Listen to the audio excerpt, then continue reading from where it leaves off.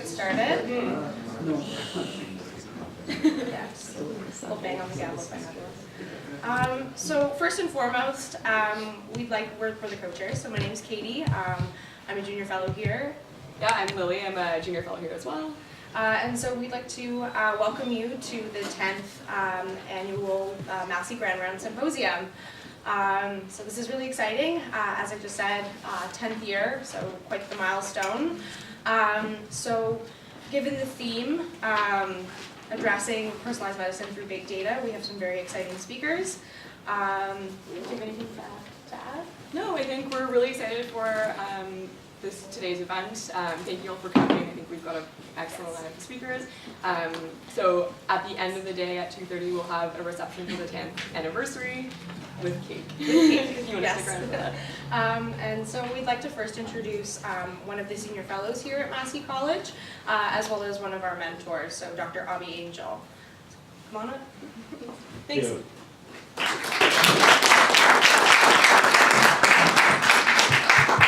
Thank you, Katie and Lily. So, do you want me to Sure.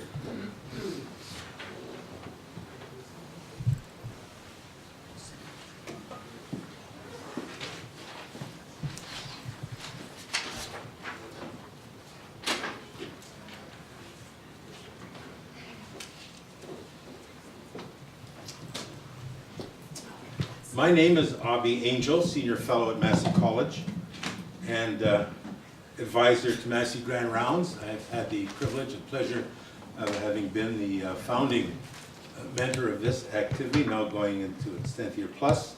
Welcome all to the 2016 MGR Symposium. It's a great delight and pleasure to lead off in this wonderful day and program. It's an opportunity to give you a little mini history of the MGR, Massey Grand Rounds, because the majority of you really are being at Massey for the very first time, so bear with me a bit.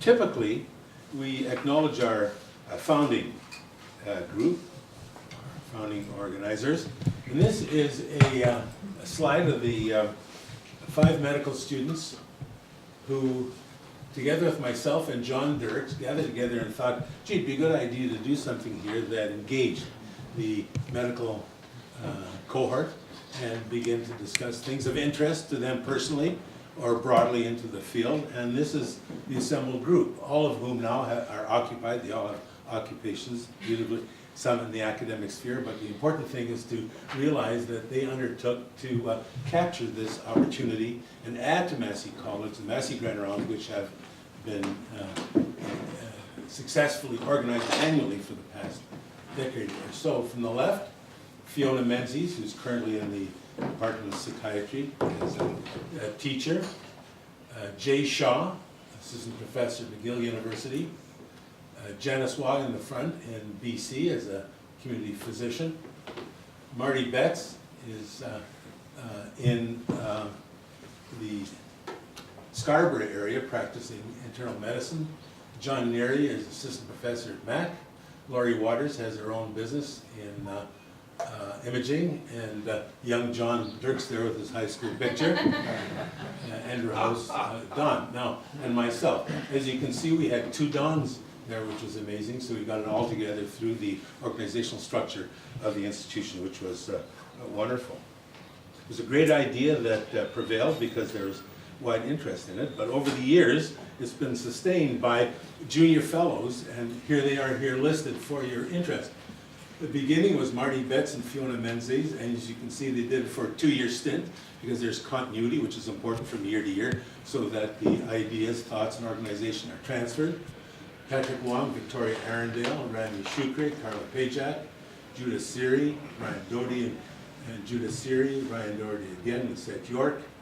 And then we come down to Patrick Stedman, Kathy Dunlop now, and this year Kathy Dunlop and Lily Key.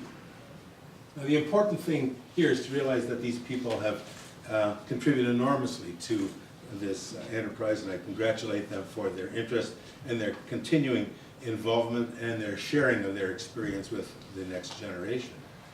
Now, the next slide shows the variety of topics that were developed of interest, and these topics and ideas were determined by the junior fellows themselves. An interesting process, because the entire junior fellowship was invited to suggest topics and themes, and there's a deliberate process to identify those things of interest.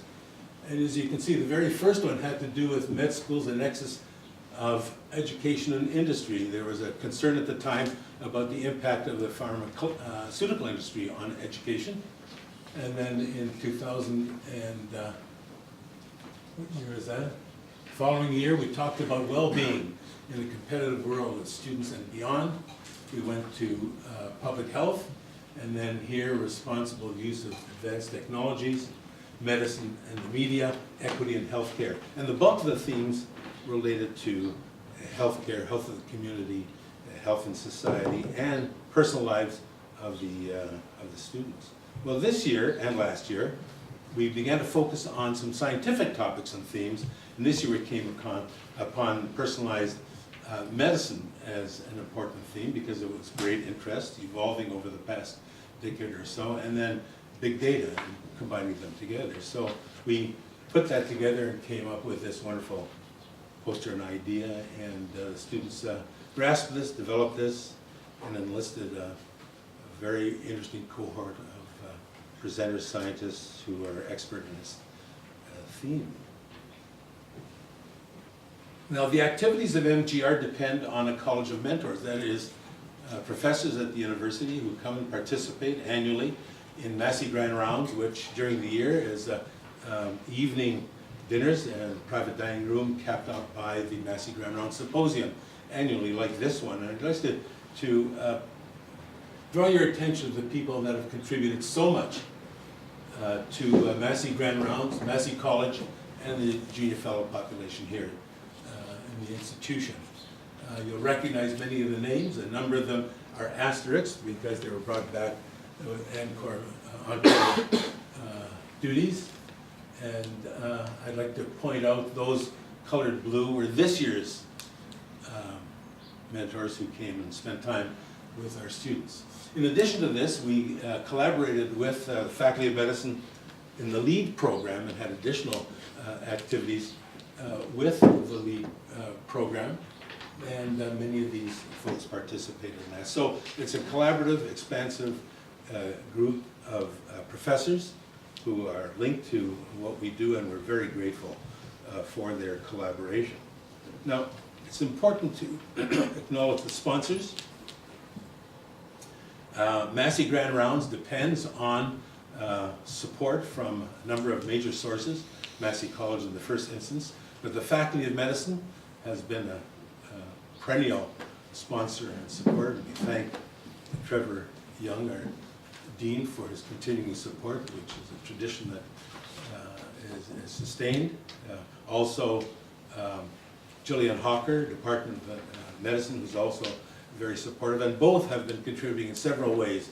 Funds to maintain the infrastructure, but also intellectual input by discussing with the junior fellows program structure, ideas, giving them entree and access to faculty members, and we're very grateful for their support. Thank you very much.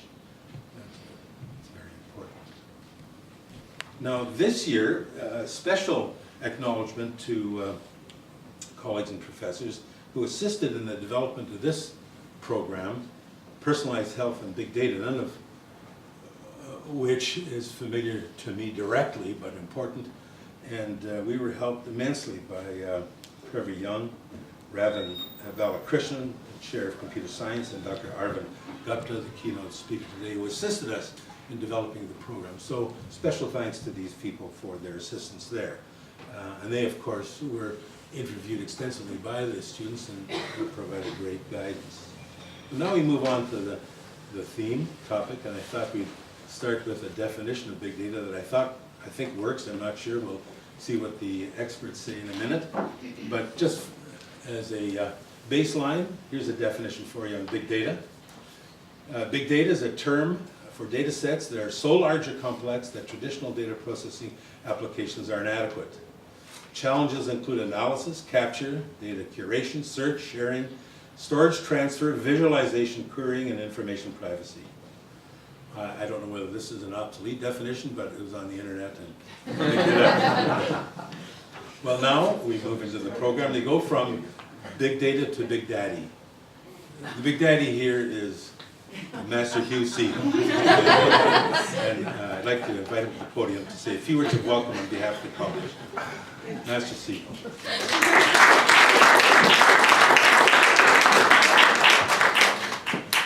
Well, I've been called many things, and a few have been not as complimentary as Big Daddy, but it's the first time I've ever been called Big Daddy, so I will keep that with me as another memorable association with Massey Grand Rounds. I discovered Massey Grand Rounds when I came here. It was already finishing its 8th year, and it struck me as one of the most fascinating interdisciplinary reflections of what contextual scholarship could really mean. Putting together different generations, scientists, practitioners, people from different areas of medical and healthcare and public health and related disciplines in a truly interdisciplinary engagement around a complex and compelling issue. I think it's really important that under Abhi's advisorship, he would be the first to say that the context of these events, the subject matter, the structure of the organization is junior fellow driven.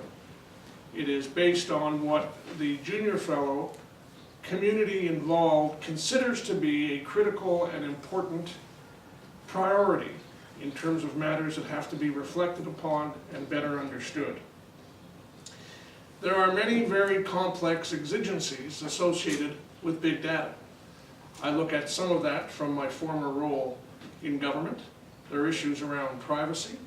If you're in the insurance industry and you have a duty on the one hand to manage risk for all of your policyholders, you need access to data to do that in terms of discharging your fiduciary duties to your shareholders and policyholders. On the other hand, you have an a priori responsibility to protect people's privacy, where indeed government comes in, and the importance of that I know is very much on the agenda for today.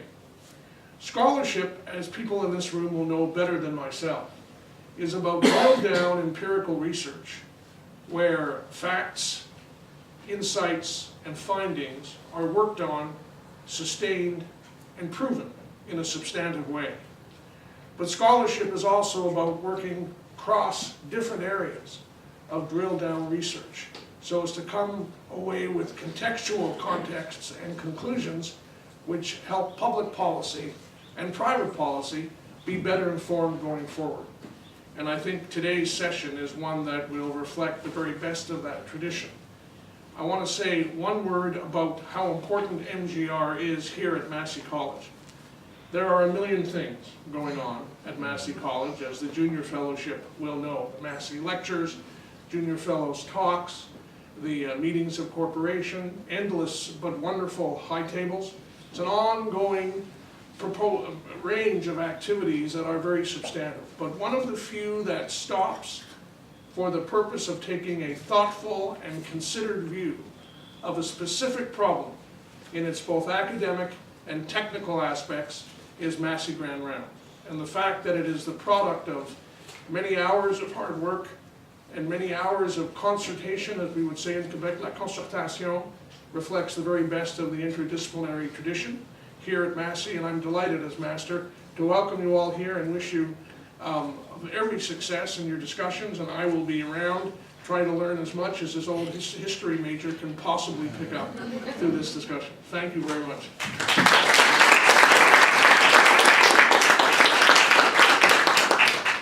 Thank you, Master. I'd like to now introduce the chair for this morning's session, who is Dean of the Faculty of Medicine, Dr. Trevor Young. Thanks.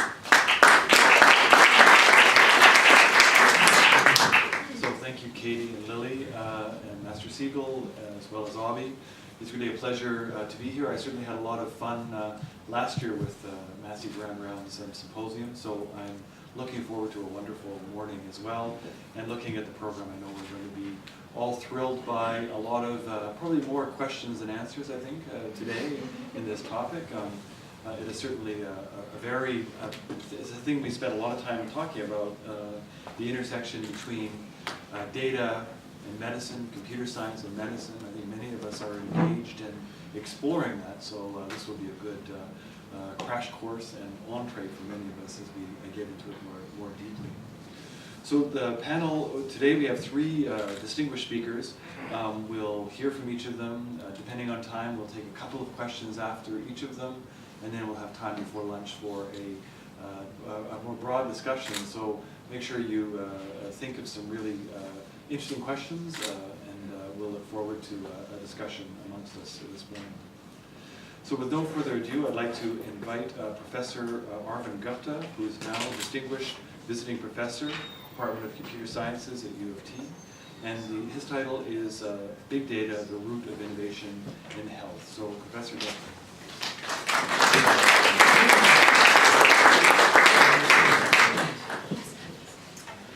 Thank you very much, Trevor. Well, let me start by saying that it's a real pleasure to be here. I actually came here about 3 weeks ago. Lily and Avi invited me for breakfast.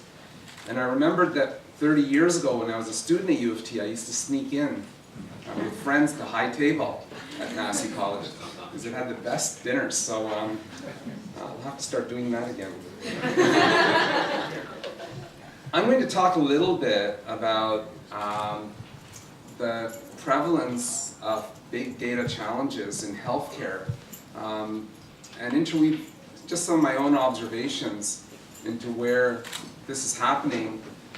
Maybe talk a little bit about my own research and what I've seen.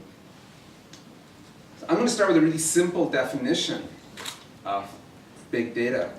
And that is, it's the management analysis of extremely large data sets for effective decision making, mainly through computational tools. And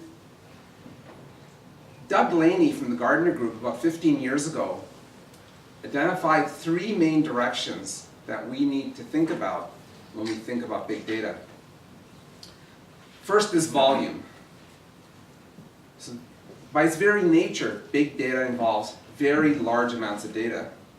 And what we've seen is an exponential growth over the last 50 years in the amount of data that's coming at us. We need to think about how to access the data, how to synthesize it, how to store it. So far, we've been very lucky that storage has grown as fast as the data sets, but we anticipate that's not going to be true much longer.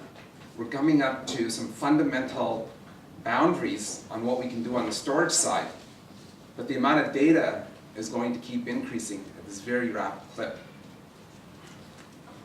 The second is velocity, and that refers to the many different ways we can now collect data.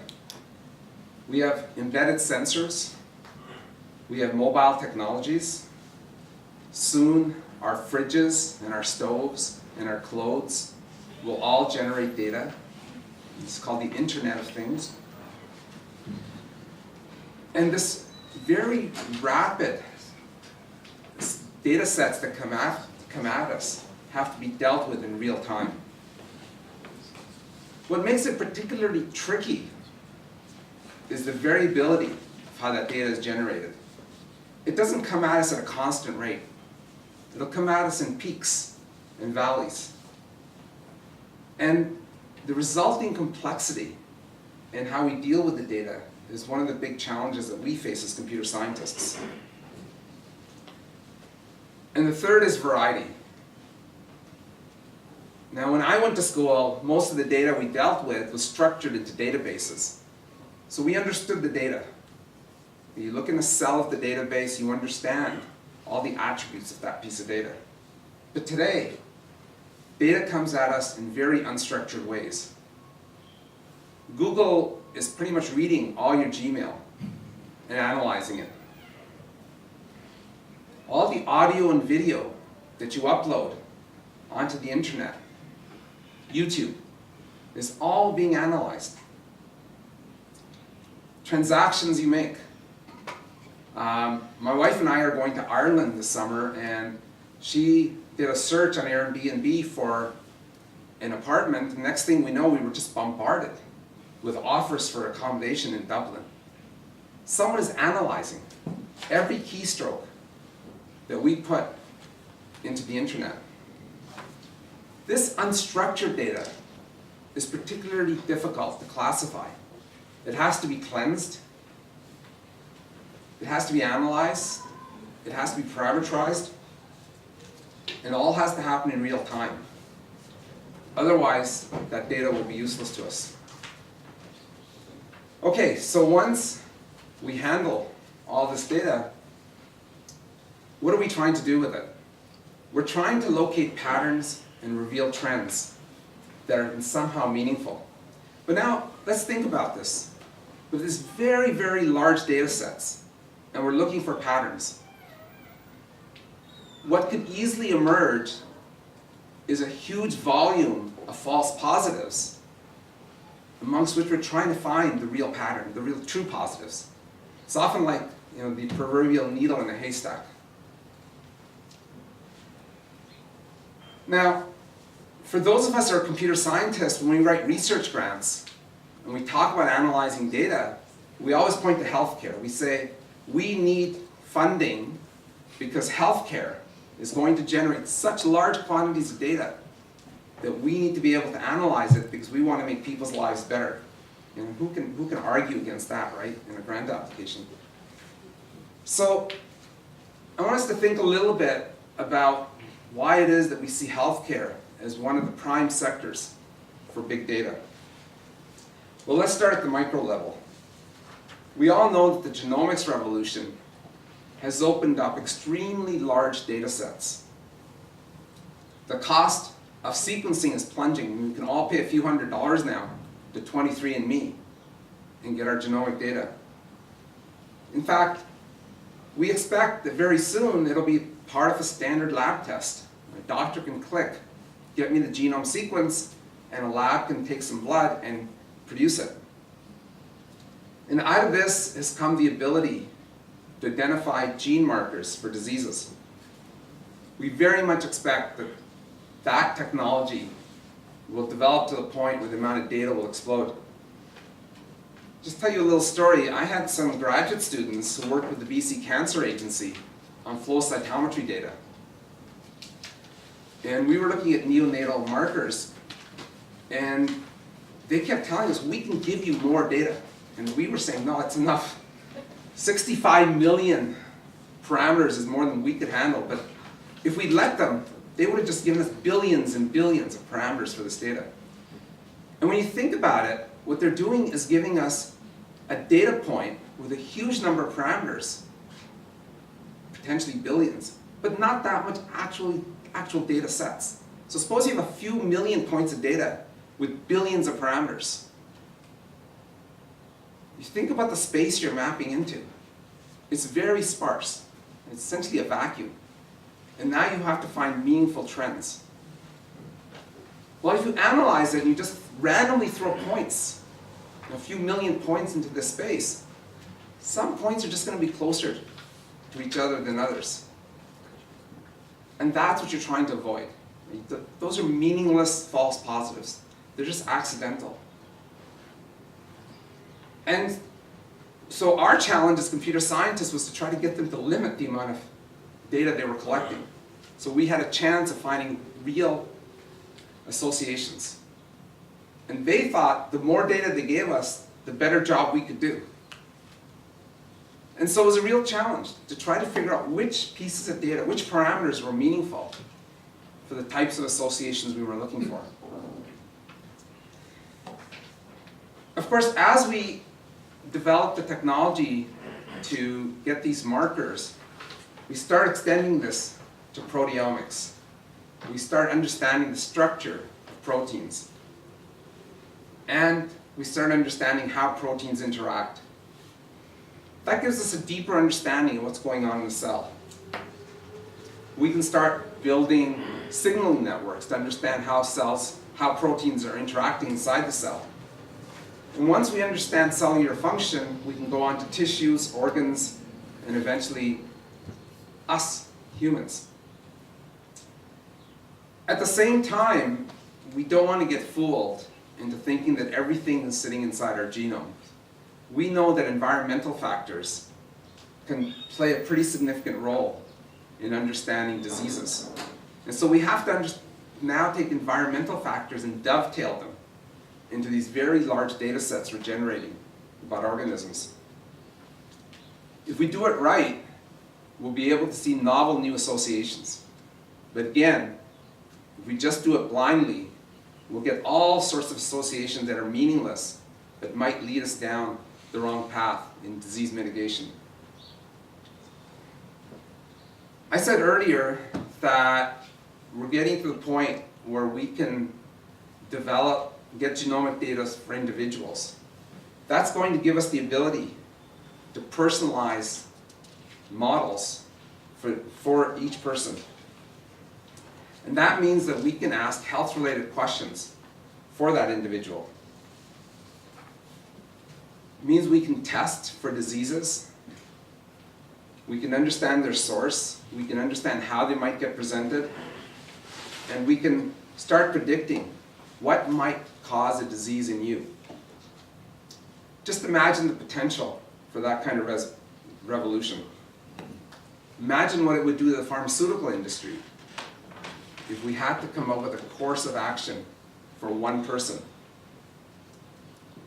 It just opens up a world of possibilities for targeted diseases. And we're already starting to see this. At BC Cancer, there's a large project called POG, Personalized Oncogenomics. What they're doing is sequencing the genome of a cancer cell, of a cancer tumor. And if you do it over time, you understand how that genome sequence is mutating, how that cancer is mutating.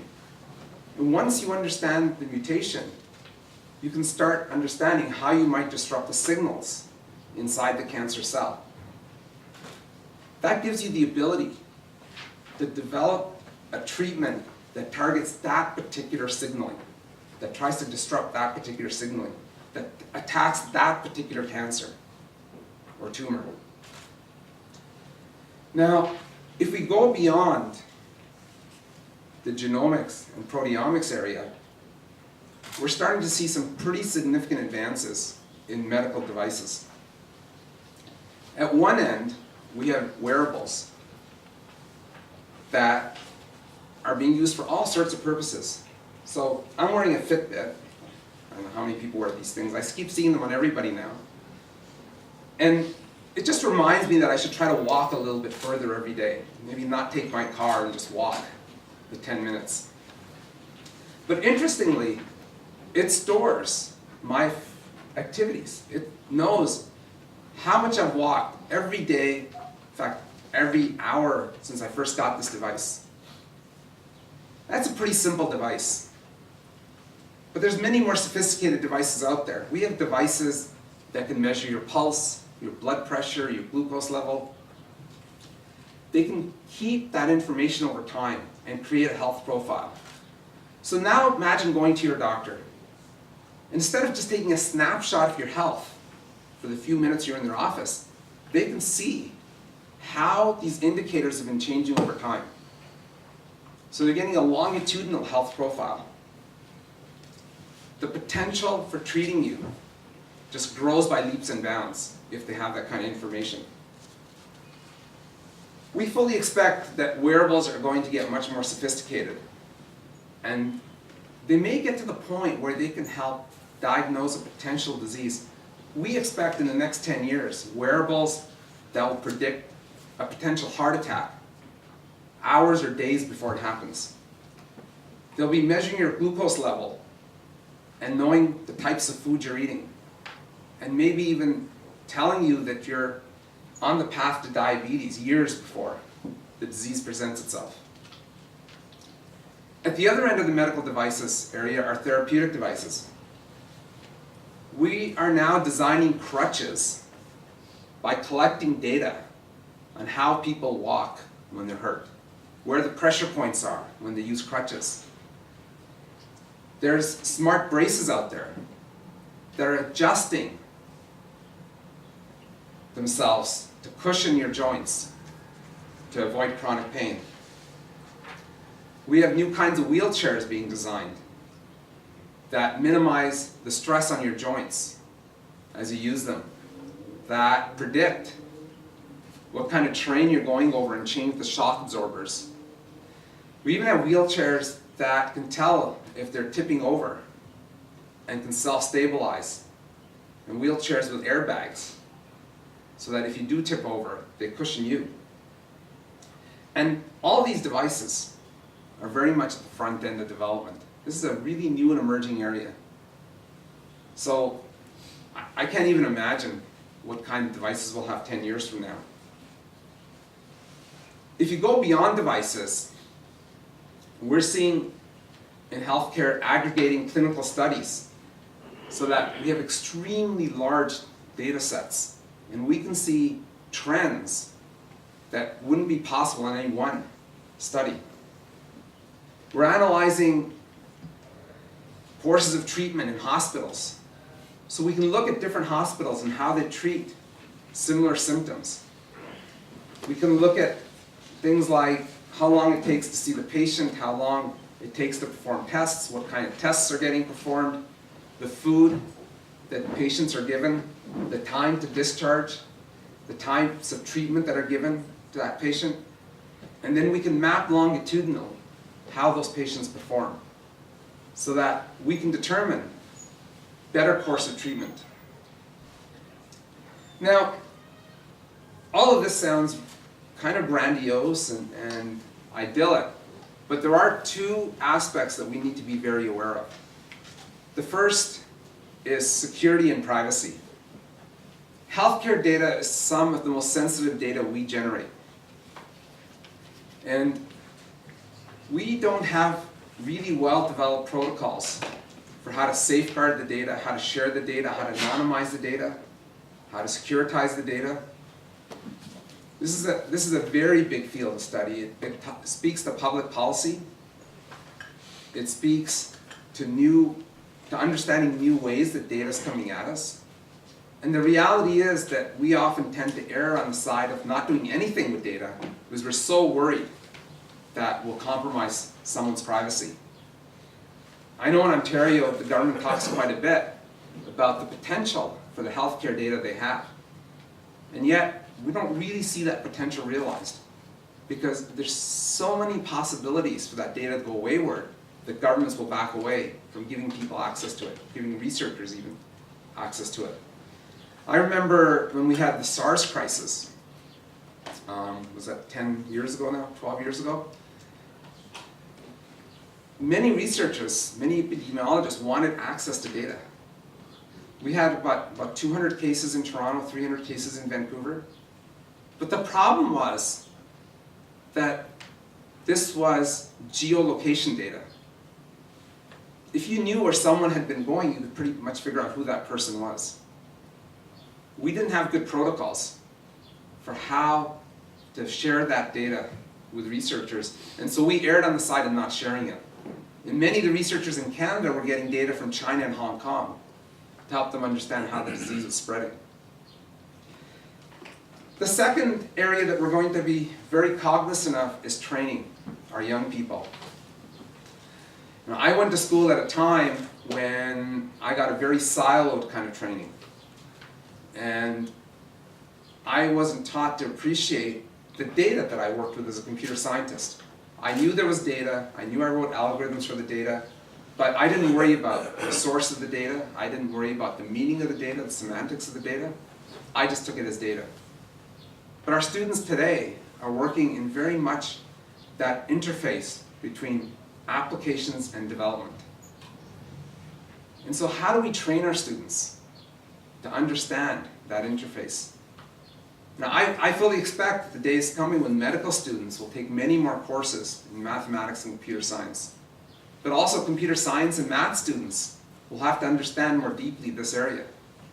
One of the things I've been doing with my PhD students is trying to send them for some time out where they'll be exposed to real data. So I send them to a hospital where they start learning where data comes from, and they understand that when we sit in my lab with data, we shouldn't look at it as some pure sanitized pieces of information. There's a real world that generates that data, and it's a messy world. Things are wrong, things are one time, and that you have to be sensitive to these kinds of issues.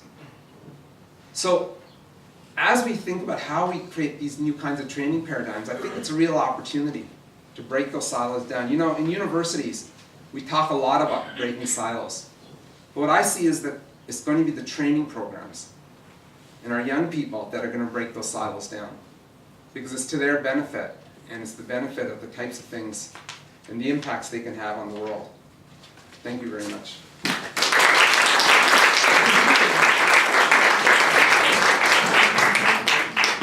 Sorry, I'm going to move this over to one of us is going to trip. Thank you, Professor Gupta. Let me start, see if there's any questions. I just wanted to make a comment about the training program. So just to brag a little bit about our people in my faculty. So Marcus Law, together with a number of folks from the Department of Computer Science, just started a Computing for Medical Students program. So we have 61 students now. We have 250 per year. So it's about so it's the first and second year that are spending their weekends learning coding. They're taking courses, especially designed within the Department of Computer Sciences. And I think we'd like to, like the LEAD program, within a couple of years have an MD, Masters of Computer Sciences. I guess a question for you from the other side, computer sciences, how much computer sciences do our medical students and specialists need to really understand? Would a master's degree be enough? I mean, we can't be training people MDs and PhDs and like at some point people have to stop their training. How much do they need? Right. Well, I mean, maybe I'll turn it around and talk about how much training my students are getting that are working on these kinds of applications. And what we've been doing is putting them essentially through the equivalent of a master's degree, but then